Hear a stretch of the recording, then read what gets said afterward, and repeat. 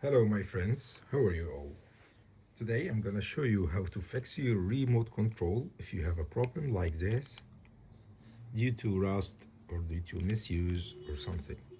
Look, when we bought the batteries like this, the remote control is not working. To see how to fix it, just bring this foil paper and make it like this.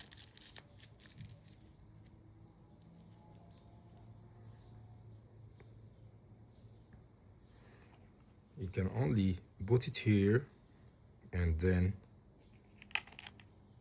put the batteries, and you see it's working. It's very simple. Thank you.